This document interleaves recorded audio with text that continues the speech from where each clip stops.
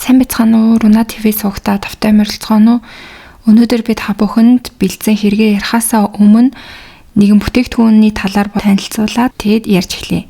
Солонгос улсад сүүлийн үед олонний танил болон оддуудын дунд нэлээд алдартай болоод байгаа биеийн жинг бууруулахад дэмжлэг үзүүлдэг MaxGuard Pro гэдэг бүтээгдэхүүнийг танилцуулж байна. Энэхүү бүтээгдэхүүн нь хоол идсэний дараа цусан дахь сахарын хэмжээг тэнцвэржүүлэх, мөн дасгал хөдөлгөөн хийх эсвэл хоолны дэглэм бариад эрч хүчээ алдаж ядарсан хүмүүст эрч хүч нөхөх, мөн хөссөн хоолоо идснийхээ дараа тус бүтээгдэхүүнийг хэрэглэснээр өөх тос нүүр сусыг задлан биеийн торимтлуулахгүйгээр жин хасахад тусалдаг бүтээгдэхүүн байна.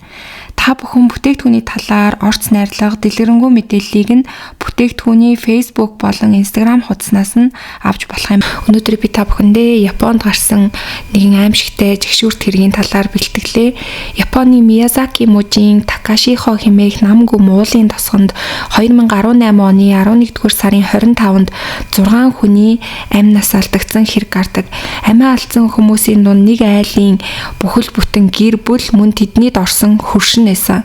Хамгийн аимшигтай нь гаднаас хүчээр нэвтэрсэн уулмөр ерөөсөө байгаагүй. Тэр тосхны байрлал орчныг бодоход гадны хүн орж ирсэн бол заавал хэн нэгний нүдэнд өртөх ёстой байсан.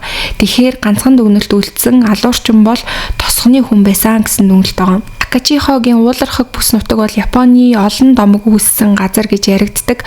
Огцом, хад асга, тунгалаг, жалга, хөндөй, энд тэндгүй тархан барилах жижиг тариачдын байшингуудтай байгаль уламжлал хоёр нэгдсэн нам гүмхэн уулын тосхон.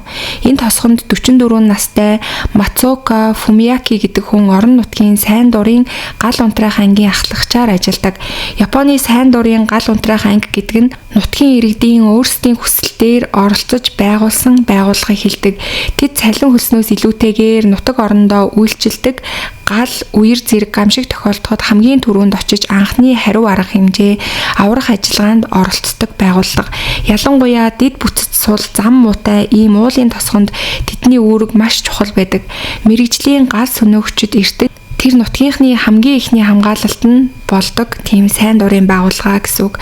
Мацуоко насанд хүрснийхээ дараа төрлөх нутгаасаа гарч өөр бүс нутагт холын тээврийн жолоочоор ажилладаг байсан. Олон жил зам дээр амьдралаа залгуулсны эцэст хэдэн жилийн өмнө нутагтаа буцаж ирээд аавтайгаа хамт улаан лойлын аж ахуй эрхлэн амьдарч байсан. Тэр фермийн ажлаасаа гадна сайн дурын галын ангид маш идэвхтэй ажилладаг. Залуу гишүүдийнхээ хүндлэлийг хүлээсэн дүлгөөн зантай анхаарал халамжтай хүн байсан. Тэр өрдөө 6 сарын өмнө гэрлэж шинэхэн гэр бүлийн амьдралаа эхлүүлсэн байсан ч тосхны арга хэмжээ сайн дурын ажлуудаа хизээч тасалдаггүй, нутгийнхныгаа нэг хэсэг гэдгээ чин үнэнчээр биелүүлдэг хүн байсан. 2018 оны 11-р сарын 25-ны өдөр тосхонд жилийн эцсийн жижигхэн цуглаан болсон. Өдөр өнгөрөх тусам оршин суугчид нэг нэгээрээ цугларч тосхны заал, халуун мэндчилгээ инээд хөрөөр дүүрсэн. Мацуокоч мөн тэр арга хэмжээнд оролцож хоол идэж хамтдаа архитаар суунгаа тосгоныхоо өнгөрсөн нэг жилээ эргэн дурсаж хөгжилтөө яриа өрнүүлцгийн сууцгаасан. Ингэснээр цаг орой болж уулын тосгонд шүн болон айлуудын гэрэл нэг нэгээр унтарч эхэлсэн. Хүмүүс цөөнөөрөө гэр гэртээ харьцааж эхэлдэг. Мацуокоч эхнэрийнхээ хамт гэртээ ирээд арга хэмжээний уур амьсгал, үлдсэн сэтгэлээ хуваалцсан нам гүм ярилцаж байтал гинэт утсан дуурсан.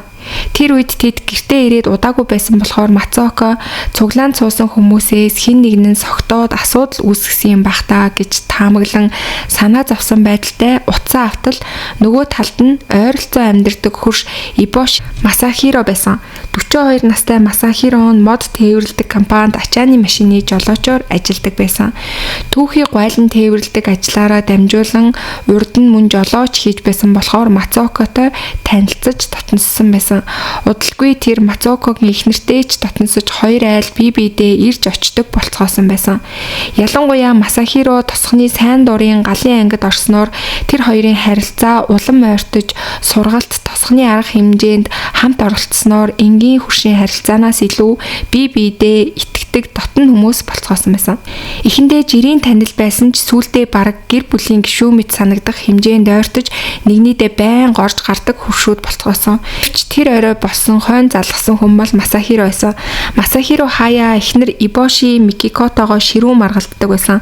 41 настай эхнэр Микикотой тэдний хооронд бодсноос ч илүү олон зөрчил гардаг, маргаан нь хурцдаг байсан. Тэр хоёр хэрэлдэх болгоно Мацоко очиж тэдний хооронд ярилцуулж эвлэрүүлдэг байсан. Магадгүй нэг тосхны хүн хөрш бас хоёуланд нь итгэлтэй хүн байсан болохоор тэд ч Мацокогийн үгийг ихэнхдээ сонсдог байсан. Үүнээс өмнө ч Мацоко Ибошигийн 3 удаа очиж маргааныг нь салгаж намжааж өгч байсан. Тэр айлд 7 настай Ибоши Юи гэдэг жаахан охин амьдардаг байсан. Мөн 21 настай ах Такумийн барилга дээр ажилладаг ихэнхдээ гэртээ байдаггүй байсан.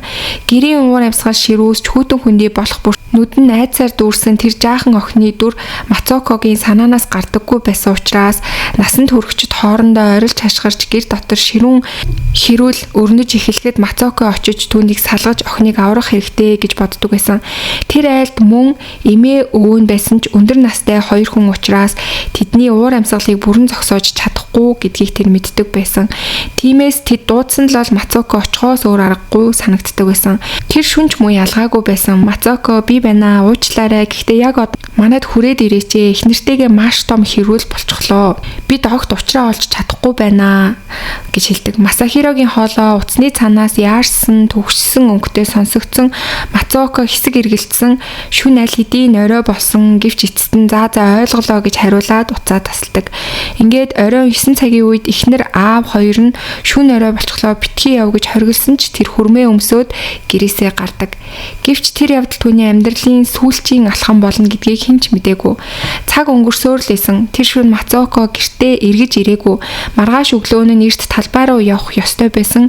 Ингээд түүний эхнэр бол төгшөж эхлэн Ибошигийн гэрлүү олон удаа залгасан ч утас нь дуудаад байсан хэрнээсээ хэн ч авахгүйсэн. Ингээд Мацокогийн эхнэр шүнжин нойргийн хүлээсэн юу басныг таамаглаж чадахгүй байсан. Гэвч холбоо тасарсан хүн нь зөвхөн Мацоко байгаагүй. Түүнийг дуудаж гэртээ ирүүлсэн Масахиро ч маргааш өглөө нь ажилдаа яваагүй. Тэр бол ажлаа маш хариуцлагатай хийдэг, оройтхон байтугай ажлаа тасалж үзээгүй хүн байсан. Тиймээс компани нь түүнийг зүгээр нэг өвдсөн байхаа гэж бодоогүй. Гэвч гэр нь ажлын газраас машинаар бүтэн цаг явах зайтай байсан болохоор ажлын газрынх нь бол яаралтай ирж шалгаж чадаагүй. Тиймээс тэд Масахирогийн яаралтай холбоо барих хүний жагсаалтанд байсан дүүрүүн залгадаг. Дүүн уцаа авмагцаа нэг л биш байгааг мэдэрч ахынхаа гэрлүү залгасан боловч өмнөх шигээ утсан дуудаад ерөөсөө хинч авахгүйсэн. Тэр гэрт ах Масахиро, бэр Микико, тэдний хүү Такуми, охин Юи, мөн 72 настай аав Ясуо, 66 настай ээж Миёко нар хамт амьдардаг байсан. Гэтэл тэр олон хүнээс нэг нь ч утсаа авахгүй байсан. Дүүн баг сургуулийн сурагч учраас дүүгийнхээ сургууль руу залгаад асуудаг. Тэгэхэд Юи тэр өдөр хичээлдээ ирээгүй гэж багш нь хэлдэг. Нэг гэрийн бүх хүн зэрэг холбоо тасрна гэдэг нь хитрхи хачирхалтай байсан тул тэр даруй өөрөө очиж шалгая гэж ботсон боловч ажилласаа гарах ямар ч боломжгүй байсан. Эцэст нь цагдаад хандаж нөхцөл байдлыг шалгаж өгөхийг гуйдаг. Ингээд өглөөний 10 цаг 20 минутын үед цагдаа нар Ибошигийн гэрт хурж очицгоосон. Тэд хаалгыг хэд хэдэн удаа тогссон ч ямар ч хариу байгаагүй. Дотор нь нам хүн байсан. Нөхцөл байдлыг харахаар нэг цагдаа хашааны дээгүүр өнгөйтэл хашааны цаана нэг хүн хэвтэж байгаа дүр зураг харагддаг. Хохирогчийн хоолой хэрчигдсэн байгаа нь шууд харагдсан. Ойртож очиод хэн болохыг нь шалгахтал тэр хүн нь 66 настай Ибоши Миёко, өөрөөр хэлбэл Масахирогийн ээж нь байсан. Хашаа тэр чигтээ цусанд будагдсан байсан. Цагдаа нар шууд нэмэлт хүчтэй дуудан хаалгыг хүчээр онгойлгон гэрт орцгоодог. Гэтэл дотор нь гадаах байдлаас тутгааргүй маш аимшигтай дүр зураг тэднийг хүлээж байсан. Гэрийн дотор Микико, Юи, Такуми, Ясуо нар амь насаа алдсан байдалтайгаар нэг нэгээрээ олддог. Микико болон жаахан Юи хоёрын бид бусад хохирогчдоос ялгаатайгаар зэвсгийн шар харьцангуй бага, харин хоолойнд боогдсон шинж тэмдэг харагдаж байсан. Харин Ясуа өрөөндөө унтаж байхдаа өртсөн бололтой харагдаж байсан. Дэвсгэр ор хүнжлийнхэн дээр цус нилээ тасгарсан ул мөртэй байсан. Харин хүү Такуин өвөөгийнхөө хажууд мөн амиа алдсан байсан бөгөөд түүнийг өвөөдөө туслах гэж байгаад хамт амнасаа алдсан юм байна гэсэн дүгнэлтэнд хүрдэг. Мөн гэр бүлийн хэрүүлийг намжаахаар оцсон Мацуоко ч тэнд амь насаа алдсан байдалтай байсан. Өргөн эртээ зэвсгээр маш хэрцгийгээр халтаж хүнд гэмтэл учруулт амь насыг нь хөнөөсөн гэдэг нь харагдаж байсан. Хэргийн газраас 2 том хутга, тэр нь бол бараг л сэлэм шиг байсан. Нэг нь Масахирогийн өрөөнөөс, нөгөө нь унтлагын өрөөнөөс илэрсэн. Тэгээд тэр хоёр зэвсэгний эрен дээрээс хохирогчдын цус илэрсэн. Ингэж Ибошигийн гэр бүлийн 5 хүн дээр нь хөрш Мацуоко нийлээд 6 хүний амь нас алдагдсан байдал нь уулын нам гүм тосхныг тэр чигт нь айдас тавтуулсан. Хэрэг гарсан үед Ибошигийн гэрээс зөвхөн нэг хүн л орж сураггүй байсан. Тэр нь Мацуоког дуудсан найз мөн Ибошигийн 2 дахь хүү Масахиро байсан. Масахиро болон эхнэр Микико хоёр хоёулаа 2 дахь удаага гэрэлсэн хүмүүс байсан. Масахиро өмнөх гэрлэлтээсээ Такуми гэдэг хүүтэй байсан ч тэр гэрлэлт нь удаан үргэлжлээгүй. Ганц жилийн дараа салцгаасан. Дараа нь тэр Микикото учирч шинэ гэр бүл зохиосон бөгөөд удалгүй тэдний бага охин Юи төрсөн. Гаднаас нь харахад тэд тун эвтэй аз жаргалтай хосууд гэж хэлэгдэхээр дотн харагддаг байсан. Микико нөхрийнхөө компани хоолнд хүртэл хамт очиж чадахгүй үедээ өөрөө нөхрөө тосож авдаг байсан. Гэтэл жилийн өмнө Микико хүн дээр өвтгöd Масахиро компанийнхаа аяллаас хүртэл татгалзан эхнэрийнхээ дэргэд үлдэж байсан тохиолдол байсан. Эхнэрээ ингэж халамжилж байгааг нь харсан хүмүүс жинхэнэ аз жаргалтай гэр бүлээ боддог эр хүн гэж түүнийг ярьцгаадаг байсан. Гэвч энэ бүхэн зөвхөн гаднаас нь харагддаг дүр зураг байсан. Масахирог хүүтэйгэж хэвийн харилцаатай гэж хүмүүс үздэг байсан. Урд нь тэр ачааны машины жолоочоор байнга гадуур явдаг байсан учраас хүүтэйгээ жаахан хөндөй үе байсан ч тэр нь аль хэдийн өнгөрсөн асуудал болсон байсан. 2016 оны Кумаматагийн газар хөдлөлтийн дараа Такуми орон нутгийн барилгын компанид ажилд орж гэртээ буцаж ирэн гэр бүлээрээ хамт амьдрах болсон. Аав нь хүүгээ нээлттэй ухтан авч бүр найз охинтой болсныг нь хамт ажиллах ста бахархалтайгаар ярьдаг байсан. Хэрэг болохын өмнөх өдөр Ибошигийн гэр бүл өөрөөр хэлбэл Масахиро, Микико, Юи 3 компанийнхаа жилийн эцсийн аялалд оролцож Кумаматад нэгэн халуун ашаанд очин хамтдаа 50 цагийг өнгөрөөцгөөсөн байсан. Маргааш нь гэртээ харих хүртэл бүх зүйл тайван байсан бөгөөд эхнэр нь үнэхээр сайхан байлаа, дахиад ирмээр байна гэж хүртэл хэлсэн байсан. Гэвч өрдөө 6 цагийн дараа тэр аимшигт хэрэг болсон. Гаднаас харагддаг халамжтай нөхөр гэр бүсэг эр хүний дүрээс огт өөрөөр хэргийн газраас илэрсэн бүх нотлохоо эцэстээ Масахиро руу чиглэж эхэлдэг. Гэрт гаднаас хүчээр орсон уул мөр байхгүй, хашааны хаалга төгжээтэй байсан бөгөөд тэр тосхны онцлогийг бодоход гадны хүн орж ирсэн бол шууд анзаарагддаг байсан.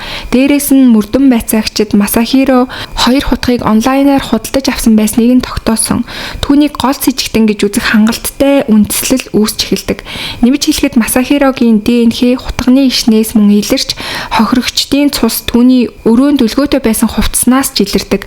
Мөрдөн байцаагчид хэрэг үйлдсэний дараа тэр хувцаас хольж зүгтсэн байх магадлалтай юм байна гэж үздэгдэг. Цагдаа нар ирэхээс өмнө тэр гэрт аль хэдийн нэг хүн очисон байсан. Тэр нь бага охин Юигийн суралцдаг баг сургуулийн дэд захирлнээсэн. Тэр сургууль маш жижиг, нийт 46хан сурагчтай. Бүр 2 дугаар анги өрдөө 5хан охин суралцдаг байсан. Тиймээс Юи хичээлдээ ирээгүйг анзаараад анги удирдсан багш нь өглөө хид хідэн удаа гэрлүүн залгасан ч уцаа авахгүй байгаа учраас дэд захирал нь өглөөний 9 цагийн үед өөрөө гэрт нь ирчихсэн байсан. Хаалганы хонхыг дарж удаан хүлээсэн ч хинч хариу өгөөгүй, хаалга нь төгжээтэй байсан.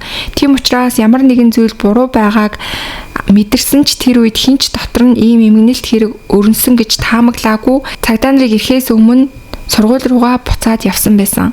Бүх нотлогоог нэгтгэн үзвэл мөрдөн байцаагчид хэрэг Мацуоко гэрээсээ гарсан оройн 9 цагаас хойш өглөөний 9 цаг хүртэлх 12 цагийн хооронд үйлдэгдсэн байна гэж үздэг. Тэд энэ хугацаанд Масахирогийн хөдөлгөөнийг мөшгөж түүнийг ийм хэрэг хийхэд хүргэсэн шалтгааныг олохоор төвлөрч хэлцгээдэг. Гэвч Масахирогийн найз нөхдийн ярьдаг дүр төрх нь ажлын газрынх нь нэр хүнднээс өөр байсан. Тэдний гэрлэлт анханасаа тиймч тайван байгаагүй. Масахиро эхнэр Микикодо хитрхи хардталтыг үзүүлдэг байсан. Зарим хүмүүс түүний хардталтыг бар донгийн хэмжээнд хүрсэн гэж хэлжсэн. Микико үндсэн ажилласаа гадна таалах зардаг зөөврийн машин дээр цагийн ажил хийдэг байсан. Японы хөдөө нутагт дэлгүүрт тогтмол ажиллагаас илүү машинтаагаа явж таалах зархаар тосгоноор ордог ийм ажил түгээмэл байдаг байсан. Гэтэл гэр бүлээ санхүүгийн хувьд дэмжих гэж ингэж ажилласан Микикод нөхрийнхэн зүгээс ирсэн зүйл нь талархал биш, тасралтгүй хардалт байдаг байсан. Масахиро хамгийн өчүүхэн зүйл дээр хүртэл өөрийнхөөрөө тайлбар хийж өдөр бүр эхнэрээ шалгаадаг, ажил дээрээ ч уцаа салгалгүй эхнэрийнхээ сошиал хаягийг шалгаж суудаг байсан гэдг нь сүүлд илэрдэг.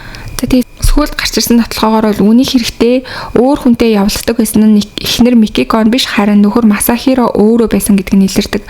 Өөрөө хулгайч болохоор хүнийг бас хулгайч гэж боддог гэдэг шиг түүнийг хардалт нь өөрийнх нь хийж байсан зүйлийн тусгал нь байсан байгаа. Энэ явдлыг эхнэрээс нь гадна аав ээж нь ч мэддэг байсан. Тэр найзуудтай байнга гэрлэлтэндээ сэтгэл дундуур байгаагаа ярьж эхнэр маань миний явдлыг уучлахгүй байна. Эцэг их маань хүртэл хүүгийнхээ талд биш эхнэрийн маань талд ороод байх юм. Манай гэрийнхэн бүгд солиорчсон юм шиг байна гэж ярьж ирсэн нас болдог.